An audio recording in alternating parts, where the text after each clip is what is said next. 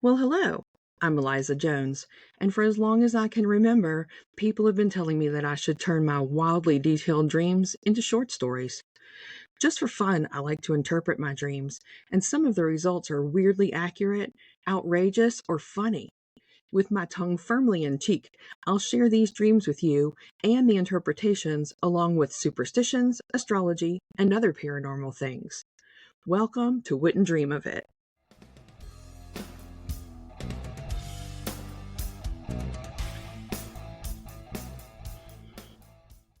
This week's dream is called Under New Management.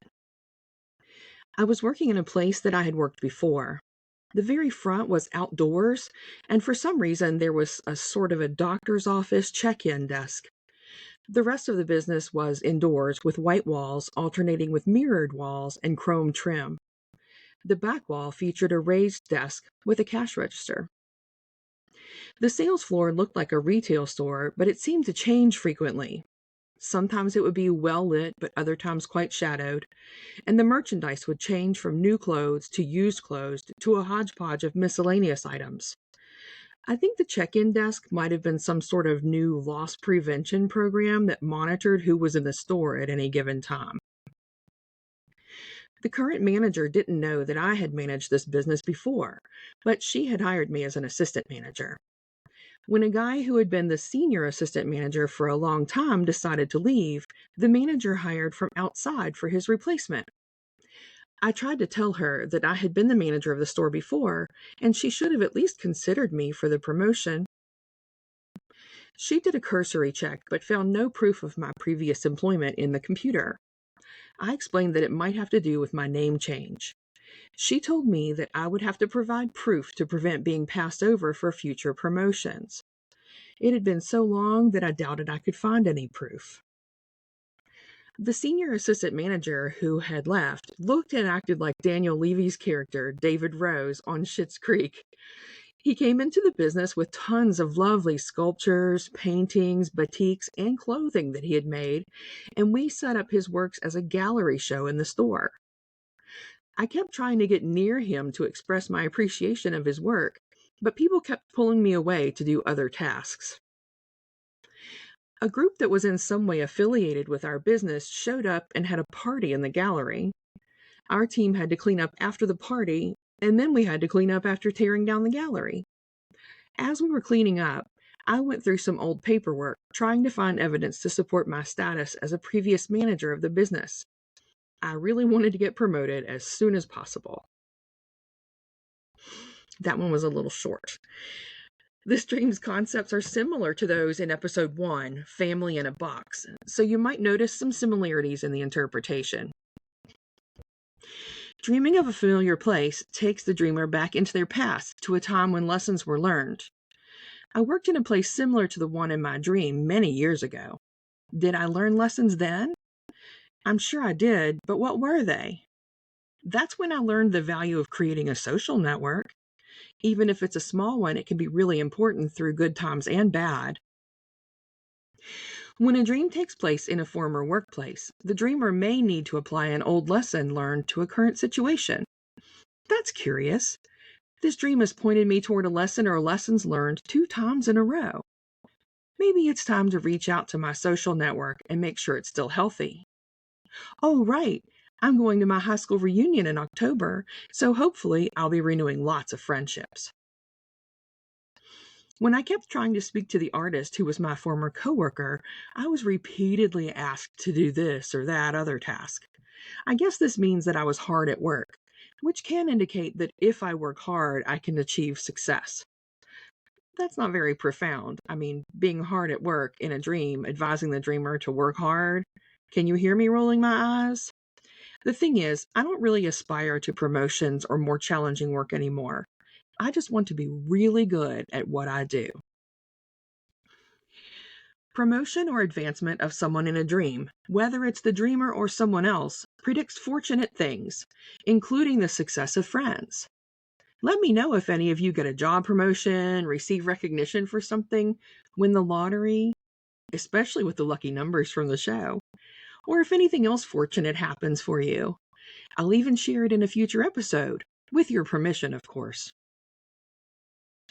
The presence of an artist in a dream can indicate that the dreamer is in tune with the inner, irrational, creative side. I think this has always been the case for me, but as I write these episodes, I've become much more familiar with that side of myself. An art gallery represents something from the past that is having an impact on now. There's that theme again. Another meaning of an art gallery, however, can be that I need to preserve something from the here and now. I'm going to allow myself to go off on a little tangent here. This recurrent theme of something from the past being applied now and hard work paying off reminds me of parenthood. I never realized how fleeting parenthood would be. One day you're in the thick of it, thinking that your children will be children forever, then suddenly they're adults. All of the hard work that you put into keeping them safe and preparing them for adulthood is put to the test as you hand it off to them. Maybe I need to be thankful that although I definitely made mistakes as a parent, my children don't seem to hold those mistakes against me. Perhaps I need to give my parents the same forgiveness, even though their mistakes were much more difficult to understand. Believe it or not, I labored for a long time over those thoughts. All of the dreams I've shared with you have dipped into my psyche, and each time I think to myself that we must have hit the bottom by now. Apparently, my dreams still have things to teach me. Before I get lost in this moment of profound awareness, I should get back to the dream. The business that set the scene was primarily white with silver in the mirrors and chrome trim. White may indicate that a dreamer has a new outlook on life and may even be experiencing a new beginning. I think the self-awareness that I'm gaining through sharing my dreams with you is some sort of a new beginning. Perhaps each week is a new beginning. Mirrors and dreams represent the inner self. Since the mirrors were clear, my dream is telling me to try to be more myself with my friends and my husband. Do I remember how to be myself? Did I ever know how to be myself? How can a person actively try to be more themselves? Is not thinking about it the key to doing it? I hope you're still with me because I'm having a real awakening, if that's the right word for it. Attending a dream party pretends harmony and pleasing relationships.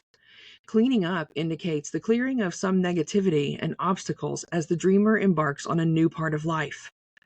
I think that's the truest statement of this dream. I am sweeping away things that I've held on to for so long that I'm not sure who to be without them.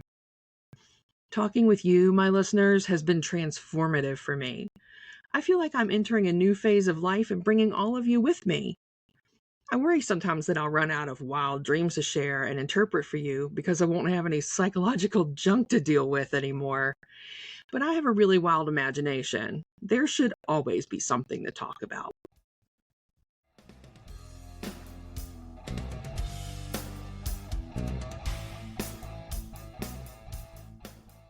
I will now present you with this week's lucky numbers, brought to you by dream artists everywhere. The lucky numbers are 15, 16, 22, 40, 44, 52. Once again, that's 15, 16, 22, 40, 44, 52.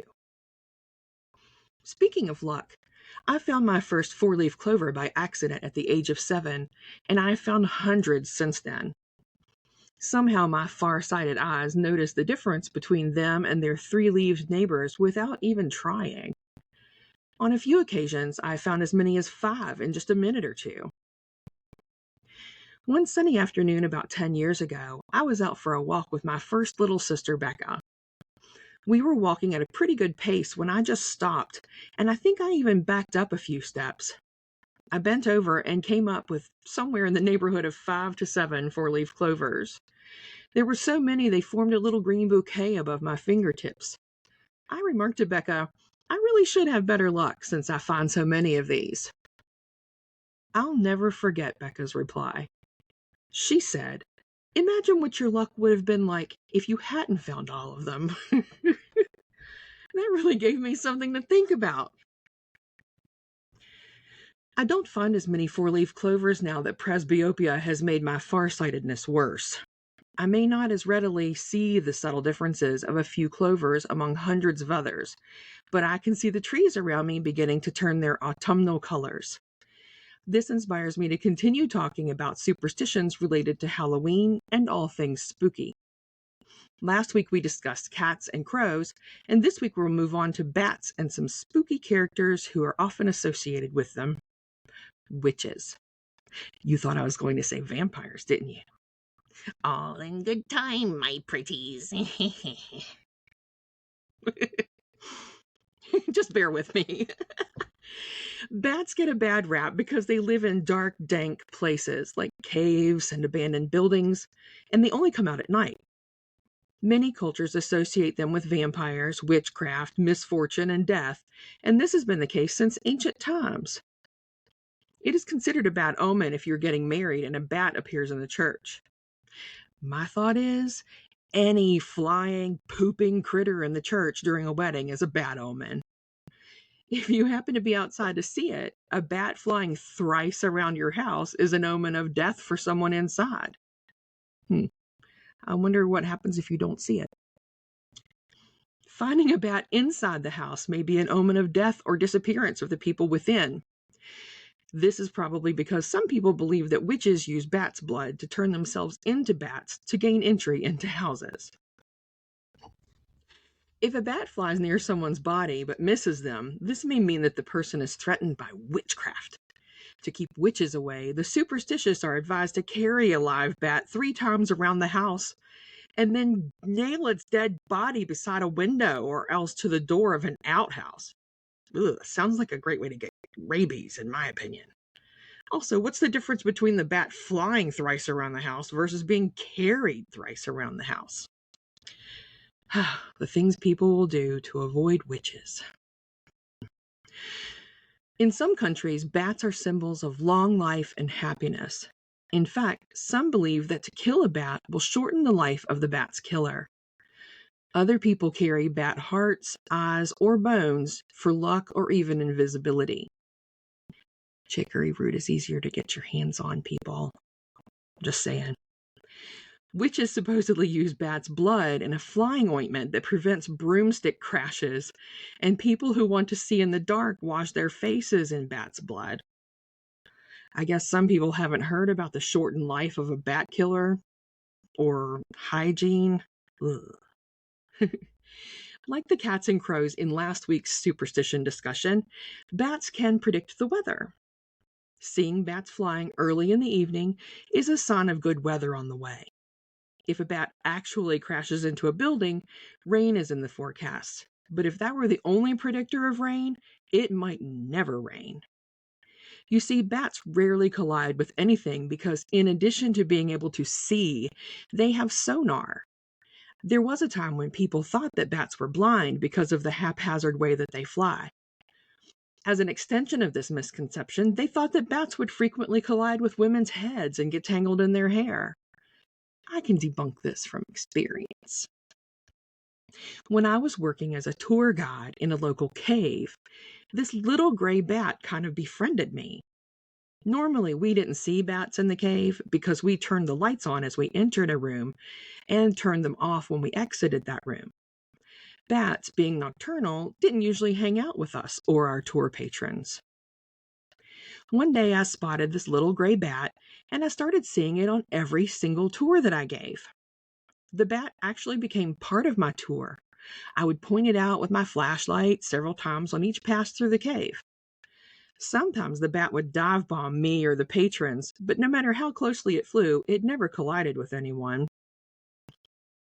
Then there came a day when a couple came to the cave so that the wife could face her fear, meaning claustrophobia. It wasn't a very busy day, so I decided to take just the 2 of them into the cave. This way, I could give them extra attention if it was needed. Although the woman was short of breath and sweating despite the 55-degree cave temperature, she was really hanging in there. We were almost to the halfway point in the cave where we would turn back for the second half of the hour-long tour. I was worried about this one spot where most adults have to duck their heads to get through, but it looked like she was going to make it. That was until my sweet little bat decided to fly so close by her head as she ducked under this place that I saw her hair move. Needless to say, the tour was over. If I hadn't turned back with the couple, the lady would have blindly run into total cave darkness, and I didn't want her to face that. Even as a tour guide with my fingers on the light switch, I got a little bit of the heebie-jeebies when I would turn off the lights to demonstrate how absolute the darkness is in a cave. If you've never experienced that before, you can actually feel your pupils dilate when you turn off the lights in a cave because it's so dark, they can't find any light at all, and so they reach their maximum size in a millisecond. It's a really strange sensation, and I kind of recommend experiencing it at least once in your lifetime. 2 good things came out of this experience. First, my little bat proved that although the woman's hair was literally a hair's breadth away, there was no tangling in the hair or crashing into anything. Second, the woman thanked me for the abbreviated tour and felt that it was a success. Unfortunately, I never saw my little bat again. I think the woman's scream scared that little creature back into the shadows.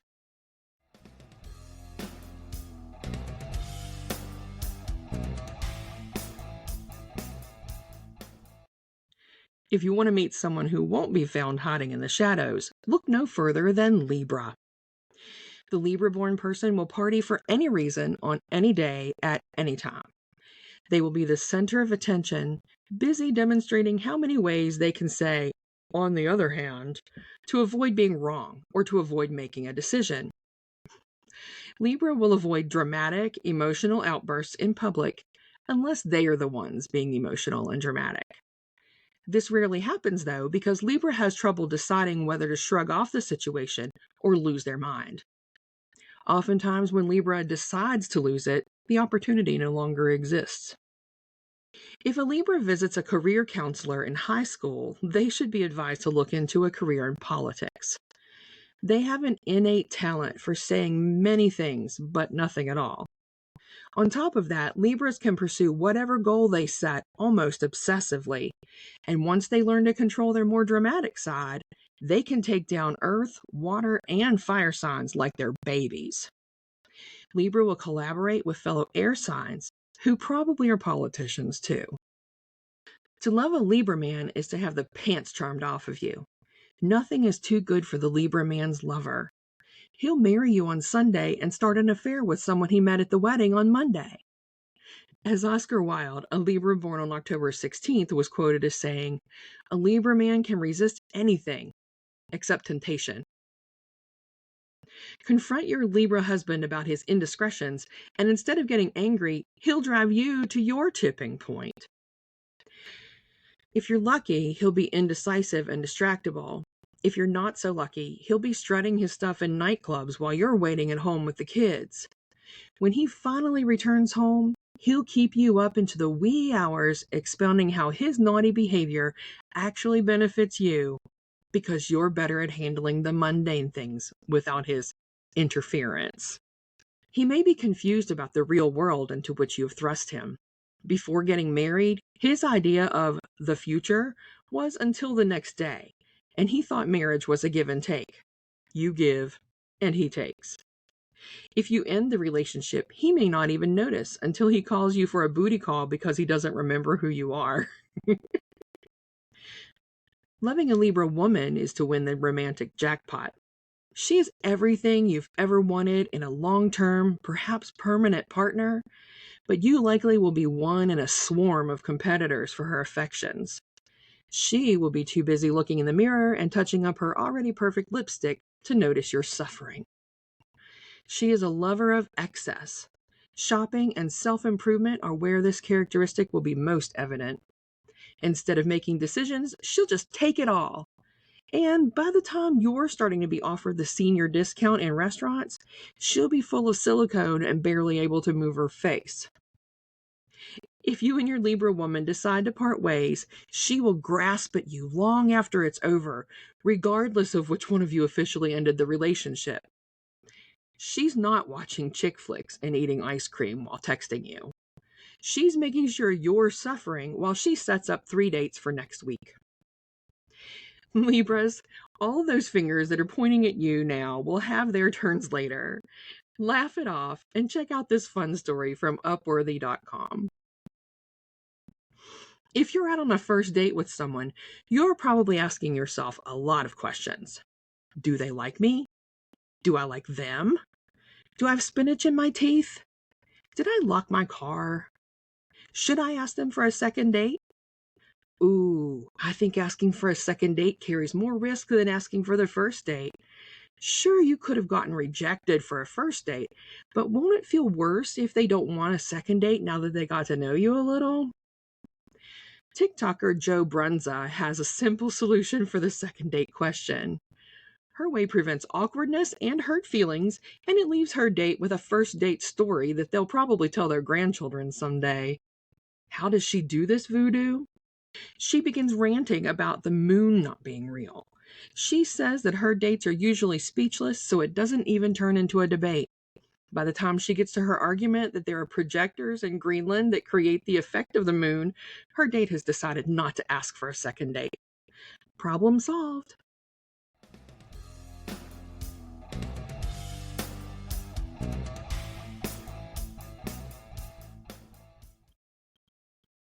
Creating this content for you is a dream come true for me, so your support means more than you know.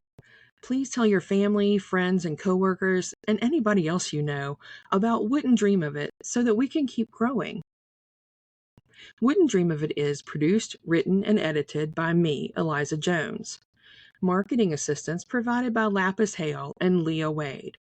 This week, my first little sister, Becca, provided me some feedback on my sound quality, so thanks for that, Becca. Original song Dreams and Nightmares by Twisted. That's Twisted with a Y. Find them on Facebook as Twisted Twisted, both with a Y in place of the I. Connect with us on social media at Wouldn't Dream of It or email us at wouldn'tdreamofit@gmail.com. That's wouldn't without the apostrophe. Be sure to check my show notes for a complete list of references used to create this podcast. Thanks for listening. Talk to you next week.